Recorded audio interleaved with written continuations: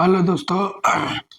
कल हम लोग क्या था कि सर्वो मोटर का क्या पढ़े थे कि सर्वो मोटर कैसे होती है। तो थोड़ा सर्वो मोटर का टाइप जाने थे। आज two phase AC servo motor का हम लोग थोड़ा वर्किंग प्रिंसिपल जाएंगे, टार्क स्पीड करेक्टरिस्टिक जानेंगे। ठीक। तो अब कल हम लोग की चीज जाने थे आर्मेचर वाइंडिंग में। आर्मेचर वाइंडिंग ये चीज जाने थे, थोड़ा इसको इसके बारे में जान लिए। आर्मेचर वाइंडिंग दो बार की थी, एक reference winding,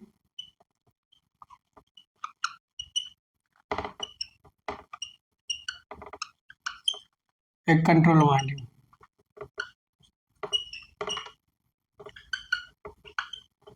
winding reference winding V R है और कंट्रोल वाइंडिंग भी इसी है।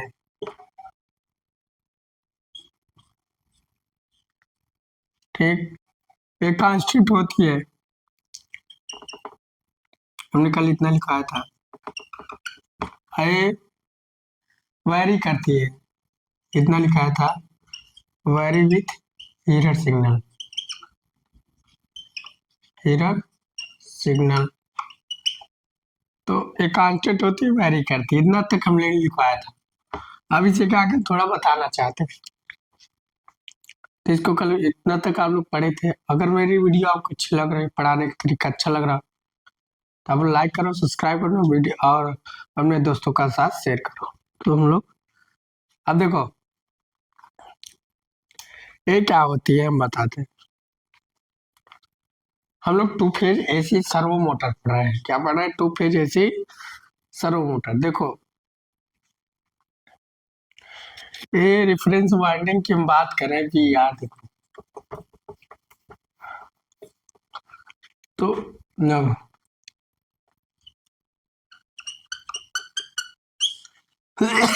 ये आपकी रेफरेंस वाइंडिंग है। क्या है?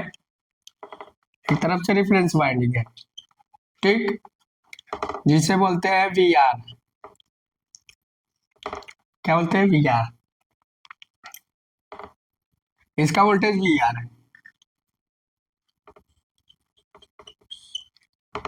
एक कंट्रोल वाइंडिंग है, इसका वोल्टेज है वीसी। तो वीसी को बोलेंगे कंट्रोल वोल्टेज और वी आर को बोलेंगे रेफरेंस वोल्टेज। ये फिक्स होती है, फिक्स्ड नहीं होती। ये जो वीसी होता है ये एरर सिग्नल के साथ वेरी करता है।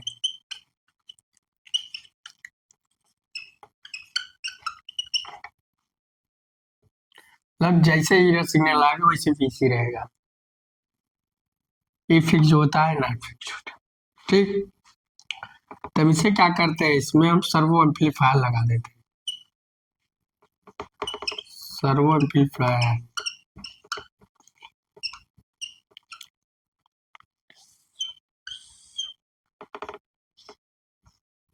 Servo mechanism.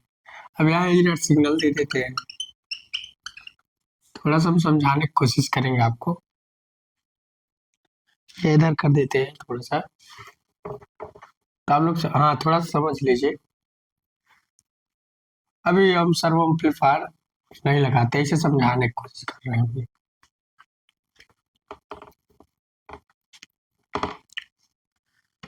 तो मान लीजिए यहाँ आपका रोटर है।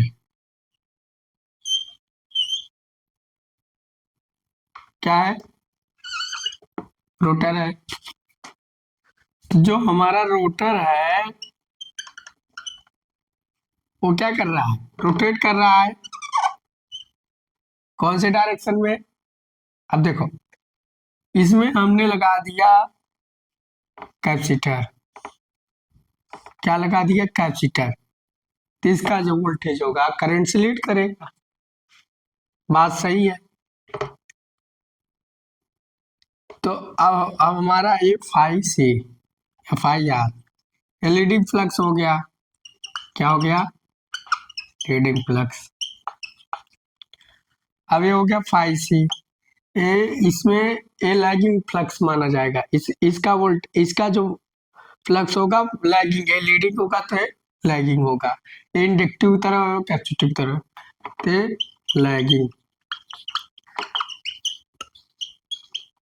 Lagging flux. अब बात किया जाए तो जो हमारा फ्लक्स चलता है या मैग्नेटिक फील्ड चलता है लीडिंग से लैगिंग की ओर। कहां से? लीडिंग से लैगिंग की ओर, मतलब यहां से यहां तक मैग्नेटिक फील्ड हमारा मूव करेगा। तो हमारा क्या हुआ, हमारा जो आरएमएफ या आरएम बोलते हैं रोटेटिंग मैग्नेटिक फील्ड जो होता है वो हमारा लीडिंग फ्लक्स से लैगिंग फ्लक्स की ओर चलेगा। तो क्या होगा, जो हमारा मैग्नेटिक फील्ड जनरेट होगा किधर चलेगा? लीडिंग से लैगिंग फ्लक्स की ओर चलेगा ईएनएस स्पीड से। ठीक, तो क्या होगा, हमारा रोटर पर फोर्स लगेगा एक तरफ से, तो हमारा रोटर एंटी क्लॉकवाइज डायरेक्शन घूमेगा। समझ रहे हो? तो हमारा जो मैग्नेटिक फील्ड जनरेट हुआ हो किधर से जा रहा है? लीडिंग से लैगिंग की ओर। तो हमारा रोटर ऐसे रोटेट किया, घूमा, ऐसे घूमा, से घूमा, ऐसे घूमता रहेगा। अब मान लीजिए आप लोग क्या कहेंगे कि इसकी मोटर की दिशा हम उल्टा करना चाहे तो उल्टा कर सकते हैं, कोई बहुत बड़ी बात नहीं। तो क्या करिए, यहां से अब देखिए हम बताते हैं, यार हमने इधर सिग्नल दे दिया, यहाँ इधर सिग्नल दे दिया, यहाँ सिग्नल मिल गया। अब हमारा जो फ्लक्स है लीडिंग से लैगिंग क्यों लैग करेगा?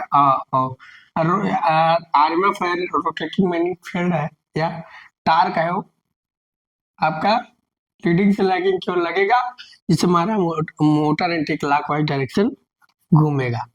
अब अगला करते हैं। अब इसका हमें डायरेक्शन चेंज करना है, जो इधर घूम रहा हो इधर घूमने लगी क्लॉकवाइज। इस वाइंडिंग को उठाकर इधर पलट दीजिए, ये इसको उठाकर इधर पलट दीजिए, तो हमारा इधर घूम, देखो घूम जाएगा, कोई दिक्कत नहीं, उसमें क्या है, घुमाने तो है, इधर कर दो वाइंडिंग, रोटर घुमाने की जरूरत नहीं। अब हमारा इधर से इधर जाए, तो हमारा मोटर एंटी क्लॉक वाइज अब क्लॉक वाइज घूमने लगेगा गाड़ी की डायरेक्शन। अब देखो हमारा मोटर ऐसे घूमेगा, मतलब समझ रहे हो? हम रेफरेंस वाइंडिंग को कांस्टेंट रख रहे हैं, रेफरेंस वाइंडिंग को हम लोग कुछ नहीं कर रहे हैं, समझ रहे हो? सिर्फ हम क्या कर रहे हैं, कंट्रोल वाइंडिंग। हम कंट्रोल वाइंडिंग क्या है, वेरिएबल है इधर सिग्नल के साथ, फिर हमने यहाँ लगा दिया इसे। ठीक, अब देखा जाए रेफरेंस वाइंडिंग है। अब बात किया जाए कि रेफरेंस वाइंडिंग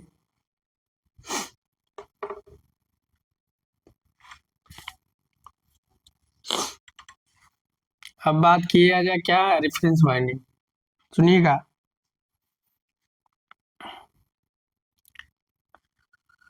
अब मान लीजिए हमारी रेफरेंस वाइंडिंग बाई कांस्टेंट है, पहले इधर थी, ए बी आर है, ए बी सी है, तो हमारा जो फ्लक्स किधर जाएगा, बी आर से बी सी।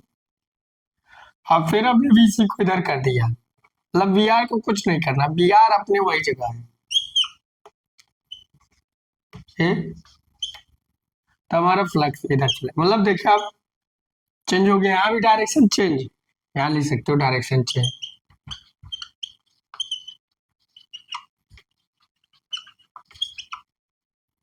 यहाँ सेम डायरेक्शन। तो इसकी पोलरिटी को अगर हम चेंज करना चाहे सर्वो मोटर की पोलरिटी को, तो क्या होगा,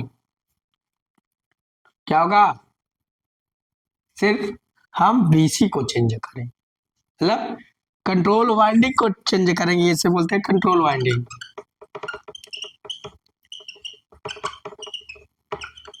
किसको चेंज करेंगे? कंट्रोल वाइंडिंग को पूछता है एग्जाम में। अगर हम इसके डायरेक्शन को चेंज करना चाहे सर्वो मोटर की डायरेक्शन को, तो सिर्फ क्या करेंगे, कंट्रोल वाइंडिंग के टर्मिनल को चेंज करेंगे। VR मतलब रेफरेंस वाइंडिंग के टर्मिनल को नहीं चेंज करेंगे। वाइंडिंग, ठीक। तब यहाँ क्या होगा, एक सर्वो एम्पलीफायर होगा। अभी अब मान लीजिए इधर सिग्नल हमने लगा दिया था, तो यहाँ एक सर्वो एम्पलीफायर करके लिख सकते हैं, ठीक। अब यहाँ इधर सिग्नल,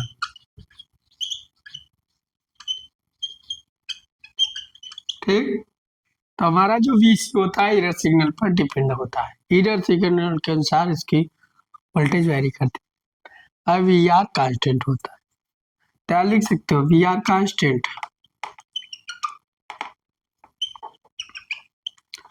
अब VC vary with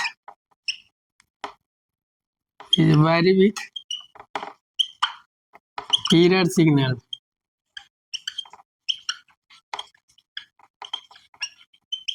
ठीक, vary with error signal। तो आप लोग उतार लीजिए।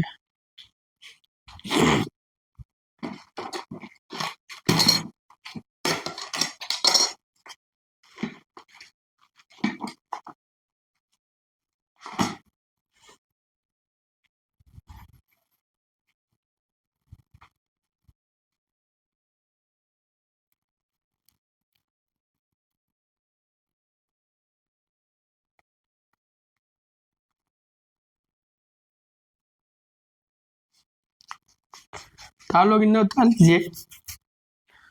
तो समझ गए हो कि डायरेक्शन कैसे चेंज हो रहा है, कैसे। ते अब हम इसका वर्किंग प्रिंसिपल समझाएंगे थोड़ा सा, कैसे वर्क करता है, ठीक।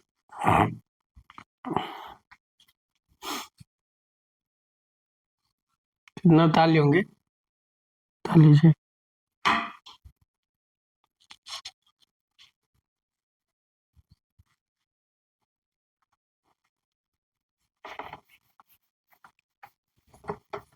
अब इसका वर्किंग प्रिंसिपल थोड़ा हम समझाते हैं, देखो।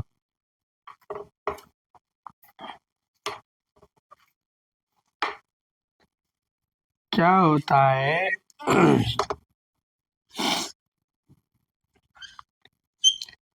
इधर लोटर लगा देते हैं, लोटर, रोटर,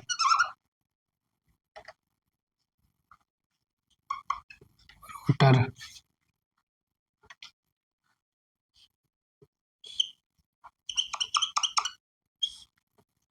बीच में रहेगा तो मजा आएगा, नहीं तो। एक कैपेसिटर, इसका वोल्टेज VR, रेफरेंस वाइंडिंग है, अभी रोटर है।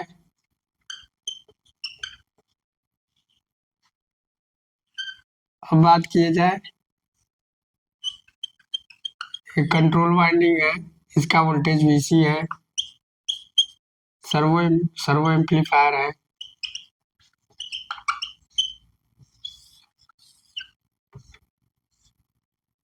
एरर सिग्नल,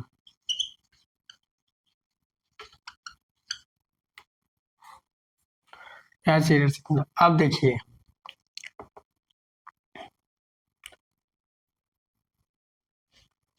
मान लीजिए यहाँ से PWM pulse with modulation signal मिला, यहाँ पल्स कन्वर्टर है,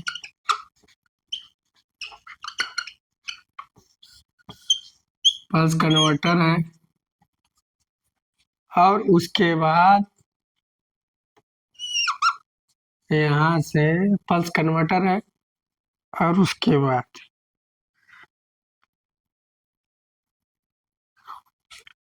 पल्स कन्वर्टर PWM, उसके बाद पल्स कन्वर्टर है।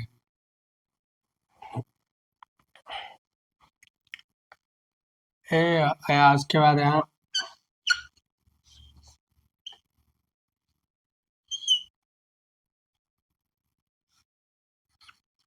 एम्पलीफायर है, हियर एम्पलीफायर बोलते हैं। ये एम्पलीफायर मानिए, यहाँ पोजिशनल सेंसर है।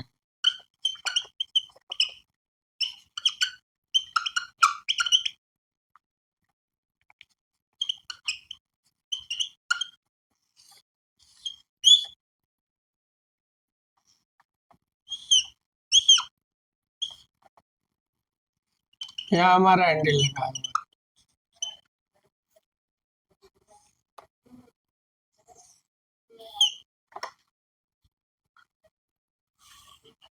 अब यहाँ से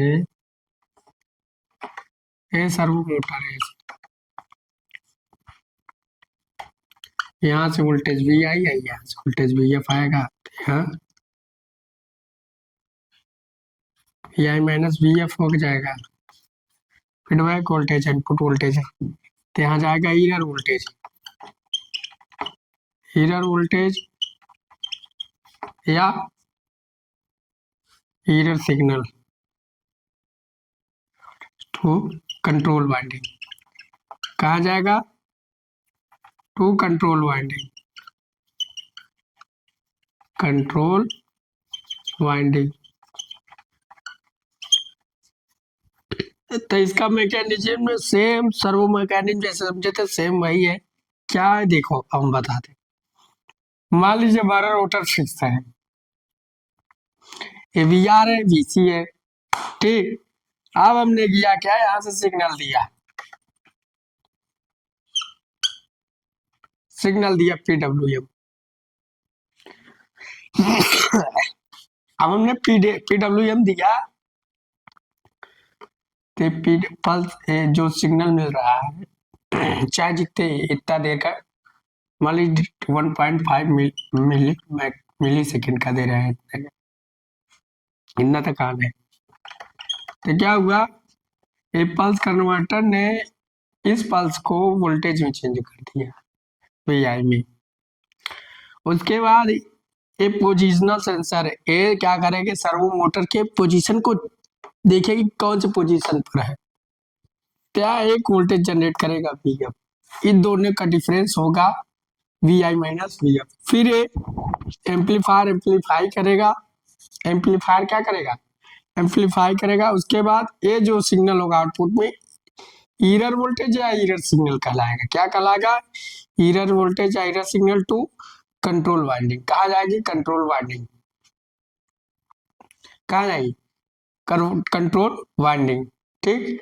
उसके बाद एक कंट्रोल वाइंडिंग में पड़ेगा, तो यहाँ कंट्रोल वाइंडिंग, वही कंट्रोल वाइंडिंग यहाँ हम लगा दी, वही चीज है। कंट्रोल वाइंडिंग यही है, यहाँ हमने वही चीज हम बताना चाह रहे हैं। सर्वो मोटर का कंट्रोल वाइंडिंग में, तब हमारा सर्वो मोटर क्या किए, ऐसे घूमा, घूम गया।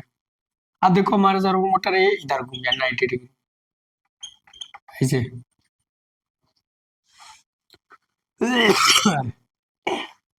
एंटी क्लॉकवाइज डायरेक्शन घूम गया ना, घूम गया, हो गया, हो गया काम।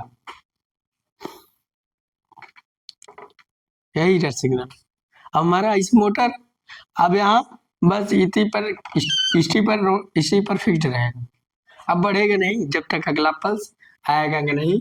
और उसके बाद यहाँ से हम ऑफ कर देंगे तो हमारा सर्वो मोटर यहीं तक रहेगा। फिर अगला पल्स आएगा, एक साइकिल तक, एक साइकिल हो गई आपकी, एक साइकिल तक, और यहाँ तक एक साइकिल हो गई। यहाँ से यहाँ तक ऑन रहेगा, यहाँ से यहाँ तक ऑफ है। अब ये ऑफ रहेगा, जब दूसरी पल्स आएगी तब हमारा सर्वो मोटर फिर इधर घूमेगा। तो क्या होगा, यही पल्स स्टेप बाय स्टेप करके रोटेट करते रहेगा, स्टेपर मोटर की तरह वर्क करता है। तो समझ गए होंगे। तो हमारा सर्वो मोटर वर्क कैसे कर रहा है बता लीजिए। वर्किंग प्रिंसिपल है, क्या है, वर्किंग प्रिंसिपल।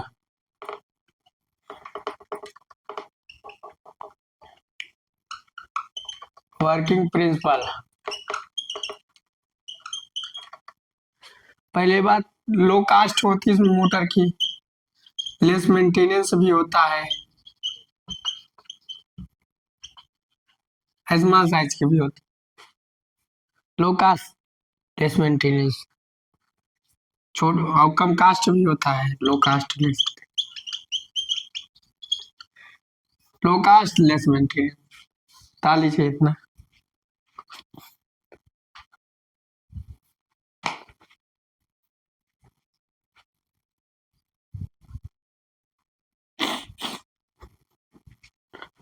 तो लो कास्ट लेस मेंटेनेंस, लो कास्ट, तो इस मशीन की क्या होती है, लो कास्ट भी होती है और लेस मेंटेनेंस भी होगा, स्मॉल साइज की मोटर भी बनेगी। तो बस ऐसी वर्किंग प्रिंसिपल चलता रहता है।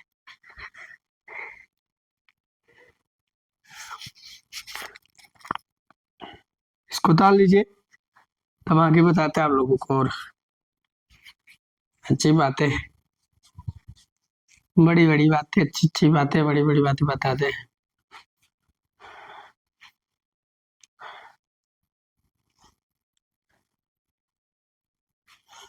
एम्पलीफायर है,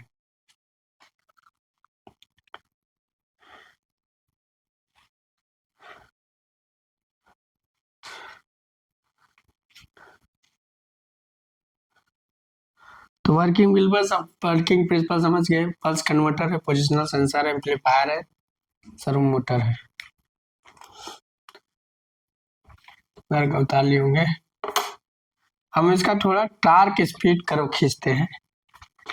क्या खींचते हैं, टार्क स्पीड करो।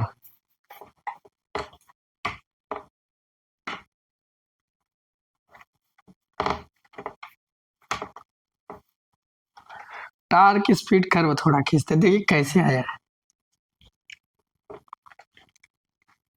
पहले हम आपको बताना चाहते हैं हमने क्या पढ़ा है। ये देखिए, ये क्या है, टी फॉर टार्क, ये क्या है, एन फॉर स्पीड। बात करें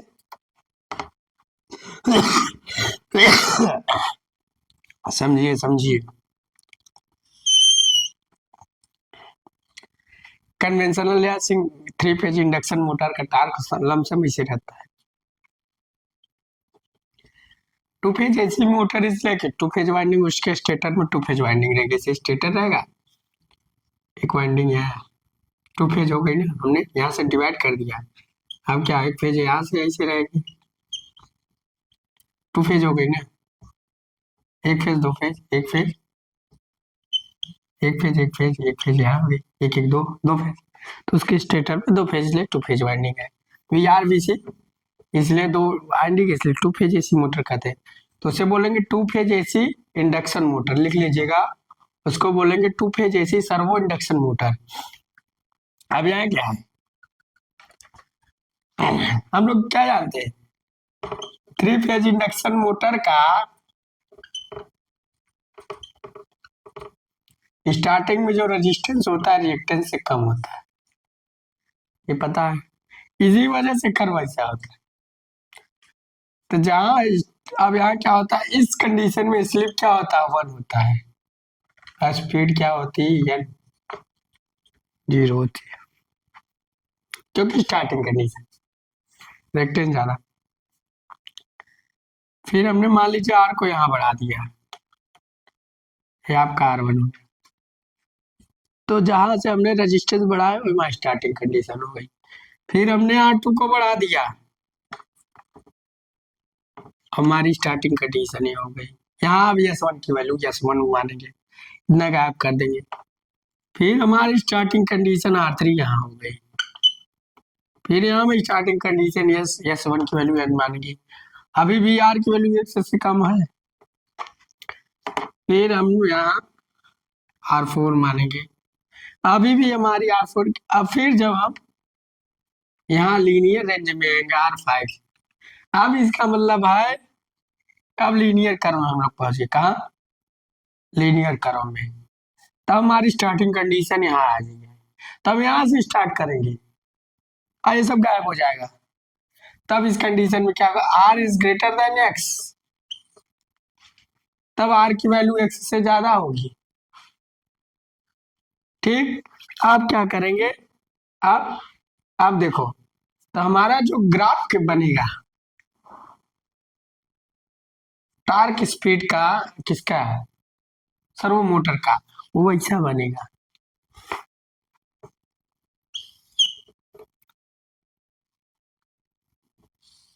वो लीनियर नहीं बनेगा, थोड़ा नॉन लीनियर होगा।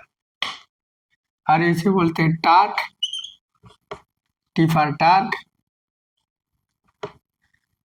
क्या बोलते हैं, टार्क, ऐसे स्पीड है, तो टार्क स्पीड करो। तो देखो आया कहाँ से, यहाँ यहीं से आया। इतना हमने पोर्शन गायब कर दिया। जब इतना पोर्शन गायब कर दोगे तो लीनियर ही करो तो आएगा ऐसे, मतलब आइडियल नहीं आता, थोड़ा सा घूम के। हमारा बताने का तरीका मतलब जितना रेजिस्टेंस ऐड करते हैं उतना रिएक्टेंस की वैल्यू कम हो जाए, उतना मैक्सिमम टार्क जनरेट होता है। इस कंडीशन में मैक्सिमम टार्क जनरेट उसको भी पार कर जाए। इसीलिए जो हमारा ग्राफ होगा ऐसा होगा। ये आया कहाँ से, ये हम समझाना चाह रहे थे कि लीनियर कर्व आया कहाँ से। आप लोग एक कंफ्यूजन हो कि ऐसे सर जी खींच दे, ऐसे खींच दी, ऐसे कैसे खींच देंगे। अरे भाई आप पैदा हुए हो, आपो को तो बनाया गया होगा कहीं से। तो वही चीज हम बता रहे हैं, टार्क की स्पीड कर्व कैसे आया है, ये लीनियर कर्व इतना हमने गायब करता गया, रेजिस्टेंस बढ़ाते गए। तब एक बात याद रखिएगा कि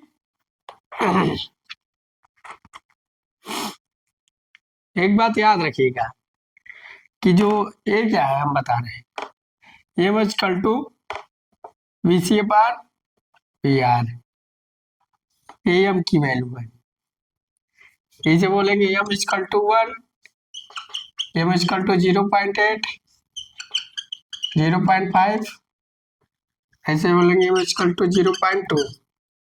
ठीक, एम की वैल्यू है। अब बात किया जाए, समझ गए कि हमारा speed curve, torque speed curve आया कैसे। अब देखिए क्या है कि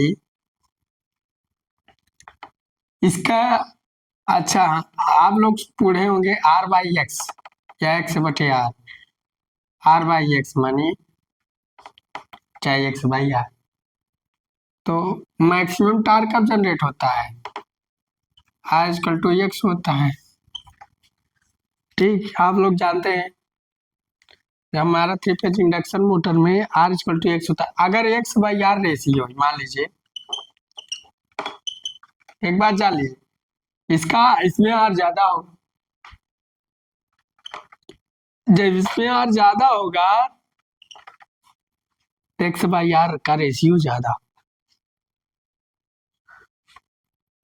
किस केस में, किस केस में, आर बाई एक्स रेशियो किस में, वो भी किस, आर बाई एक्स रेशियो किस में, उसमें भी किसका, two phase, two phase induction AC, AC servo motor का।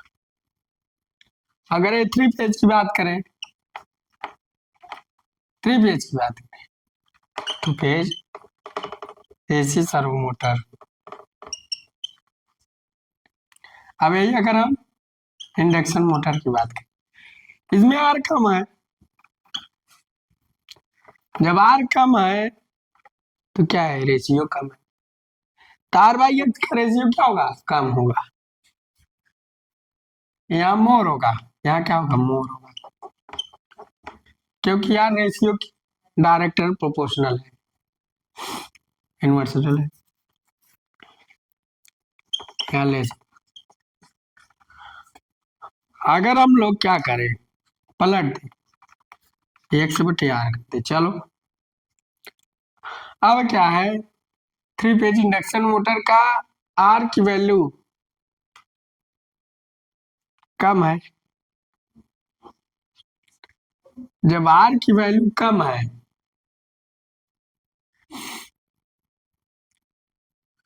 ये थ्री फेज इंडक्शन मोटर का है ना, जब आर की वैल्यू कम है तो एक्स बाई आर के रेशियो क्या है, अगर ये कम है तो ये ज्यादा है, तो मोर हो जाएगी। ये कम है तो ये ज्यादा है। आया का वही अभी बता, 21 केस में है 3 फेज इंडक्शन मोटर केस। थोड़ा देखते रहिएगा, गौर करिएगा। अब अगर एक्स बटे आर, अब इस कंडीशन में आर ज्यादा है और एक्स कम है, क्या हो जाएगा, लेस हो जाएगा। और किस केस में, 2 फेज सर्वो मोटर के। समझ रहे होगे। एक क्वेश्चन, एक बहुत इंपॉर्टेंट चीज है, थोड़ा लोग ध्यान रखिएगा। बहुत इंपॉर्टेंट चीज, बहुत इंपॉर्टेंट चीज है, बहुत कम लोग बताते हैं। अगर आर बटे एक्स का जो रेशियो है, आर बटे एक्स, एक्स बटे आर की बात नहीं कर रहे अभी, एक्स बटे आर बटे एक्स, तो आप 2 फेज की, 2 फेज अब सर्वो मोटर की बात करें तो इसमें आर की वैल्यू ज्यादा होगी भाई, तभी लीनियर मोशन आएगा। अगर एक्स की वैल्यू आर से ज्यादा होगी तो नॉन लीनियर आएगा, तब तो हमारा कर्व ऐसे बनेगा, ऐसे बनेगा। अगर हमारा कर्व ऐसे बनता है, कैसे बनता है, ऐसा बनता है सिर्फ लीनियर, तब हमारा आर की वैल्यू एक्स से ज्यादा होगी। तो यहाँ आर की वैल्यू ज्यादा है और एक्स की वैल्यू कम है, तो क्या होगी, रेशियो ज्यादा होगा 2 फेज के। अब यही चीज एक्स अपान आर में कर दीजिए, तो क्या है, आर की वैल्यू ये है, आर की वैल्यू ज्यादा है तो एक्स अपान आर का रेशियो कम है, इसलिए 2 फेज देन अपोजिट ऐसे 3 फेज इंडक्शन बता लीजिए। तो आप लोग को आज समझ में आया होगा, समझ में आएगा कि जो हमारा ए एक्स बटे आर, आर बटे एक्स का रेशियो पूछता रहता है